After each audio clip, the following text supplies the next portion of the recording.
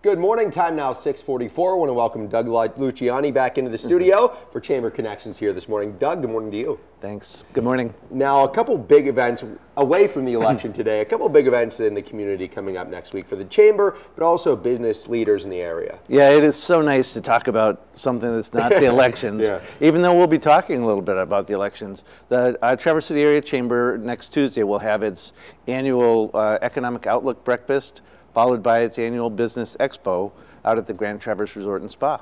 And following that, of course, you guys want to explain to folks what's going on with the forecast and then attract people in to see some of these businesses. But what do you want people to take away from that following these events here? Yeah, we'll have at the forecast breakfast, we'll really talk about what we think the impact of these elections will have been. By then, the new leadership in the House and Senate in Michigan will have been elected, and so we'll know who the Speaker of the House is, the Senate Majority Leader, and we'll have a pretty good sense of where the legislature is headed in Michigan, and especially in light of what could be some potential changes in the Constitution. But what people should really walk away with is from the expo and the opportunity for them to get together and build relationships in a very short amount of time with about 1,300 people like them.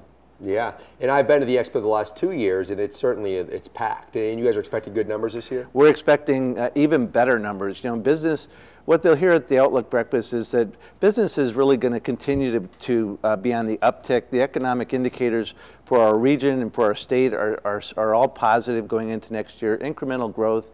And so now is really the time to be positioning your company for growth and to be thinking about making investments. And I should mention this first and foremost, for folks who maybe want to attend, when and where? Okay, it's next Tuesday. The breakfast is from 7:30 to 9 at the Grand Traverse Resort and Spa, and people can register for that at the Chamber's website, tcchamber.org. And the Business Expo is from 9 o'clock till 5 o'clock at the Grand Traverse Resort and Spa.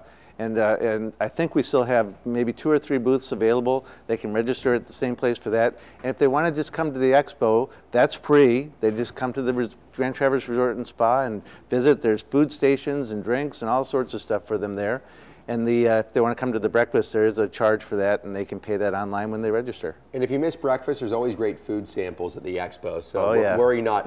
Before we cut you loose here, though, we're wrapping up 2012, believe it or not. How's the Chamber feeling about how this last year has been leading up to kind of the wind down of the year? Well, this was really, in many ways, a terrible year that should have been a great year. All of the indicators for the economy were very positive, but the uncertainty caused by the elections, the uncertainty caused by the ballot proposals, the uncertainty in general about the wars, other things, it really had an impact on investment. And nothing kills or stagnates an economy like uncertainty. So we're expecting after the election, once people know what the rules are again, for things to really pick up.